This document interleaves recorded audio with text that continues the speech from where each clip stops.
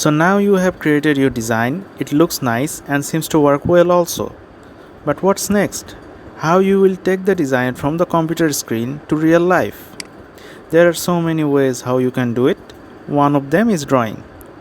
Drawing is a graphical representation of engineering design by which you can guide a production process to create the shape you have designed to the real life. In this lesson, we will learn how to generate a drawing. As you can see from the screen, I have created a simple part and it is dimensioned well. So how I can take it to the drawing interface and dimension it so that I can represent it to others. For that, I have to go to the file and select new drawing from design. Here is a dialog box. First of the options is contents. From the contents, there is full assembly, visible only, and select. Full assembly means it is whether you have an assembly and it has visible and invisible objects or the components. All of them will be taken to the drawing interface. Visible only means only the visible components of the assembly will be taken to the drawing interface, and selected, it means that only the selected components will be taken to the drawing interface. But we have only one component in here, so we don't have to worry about anything. Next thing is drawing. Here you will create a new drawing, as there is no drawing template is linked with this file. It is a fresh new interface. So secondly, there is template. You can select a template that you have created earlier, or you can use a fresh new template. And the standard is, there are two kind of standards, that is ASME and ISO. Depending on the standard, you will have the projection of your drawing. That means the angle of projection, first angle projection or the third angle projection, you will have depending on this standard. And also the sheet size also, you will be depending on this standard. So normally I use ASME, American Standard, and units as a millimeter and sheet size as a B. So I am clicking OK to start the drawing interface. So what that does, creates a new interface and a new file for me where the drawing will be created. And as you can see, automatically I have a drawing view dialog box activated, and I have a part front view cursor. So there I can put it anywhere, but before that I have to select the settings for this standard view or the base view. Actually it is a base view, so I have to select the options for this. Firstly, the scale of the base view, I am going to take it 1:3. That means the scale of the original part dimension will be shortened to 1/3 in the sheet dimension, but the dimensioning we will be putting will be the exact same true dimension of the actual part. So that's it, the scale is done. Another thing is style. What's the style of this drawing? That style means the only visible edges, hidden edges with visible edges, and shaded with hidden edges. Normally I use this. And what's the difference between them, I am going to show you. Third thing is tangent edges. How you want to represent your tangent edges. So there I put it off, but it should be full length if I try to show people the tangent edges with more accuracy.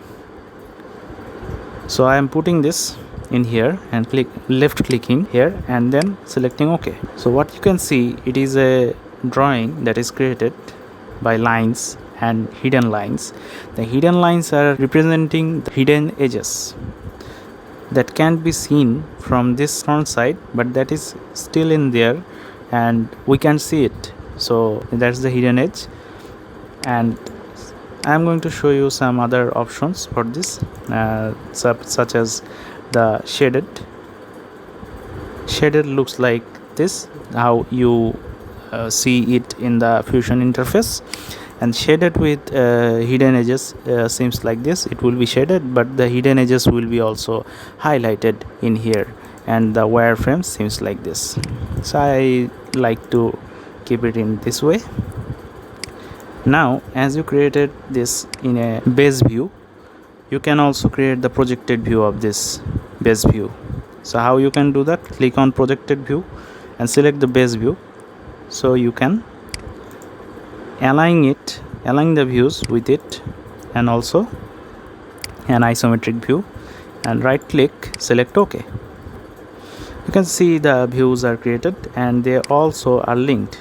If I move one, the others will be moved too. And this isometric view is not linked with this base view, it is free.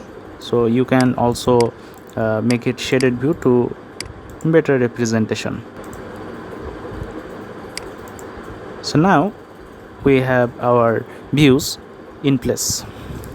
Now I want to show that there are some holes, so I can put some center lines in there.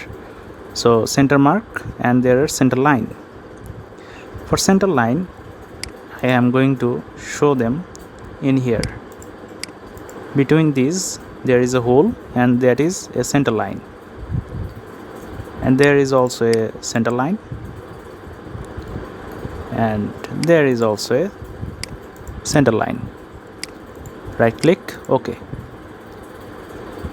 And then I am going to show some center marks. So I am clicking on the center marks and selecting the circles.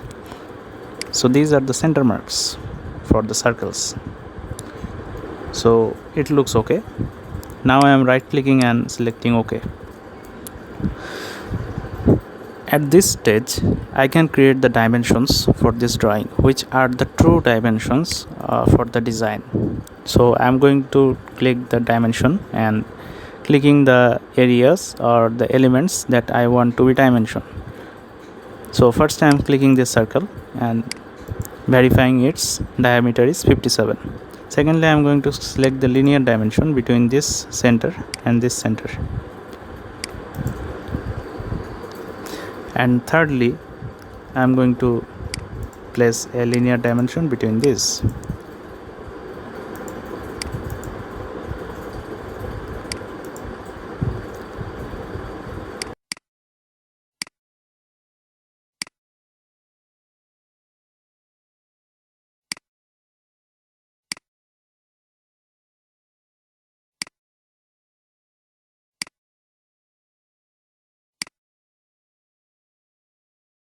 So that's how I can put the dimensions and so on. There I can also create some more things, such as the text. If I want to create a text up above, I am selecting the text and placing it here.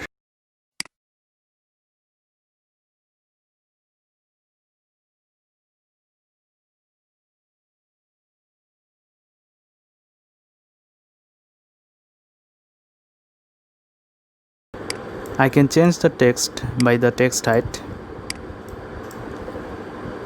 That will be so much big.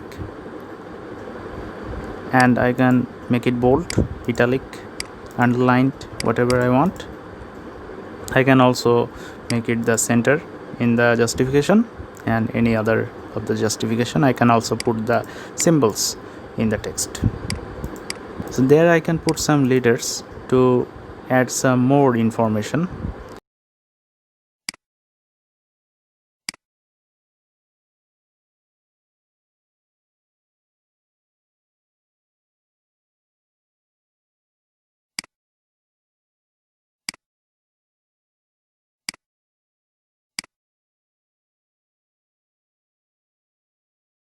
Based on the standard, we can add the leaders, many other symbols. There is a block we can see which is called title block.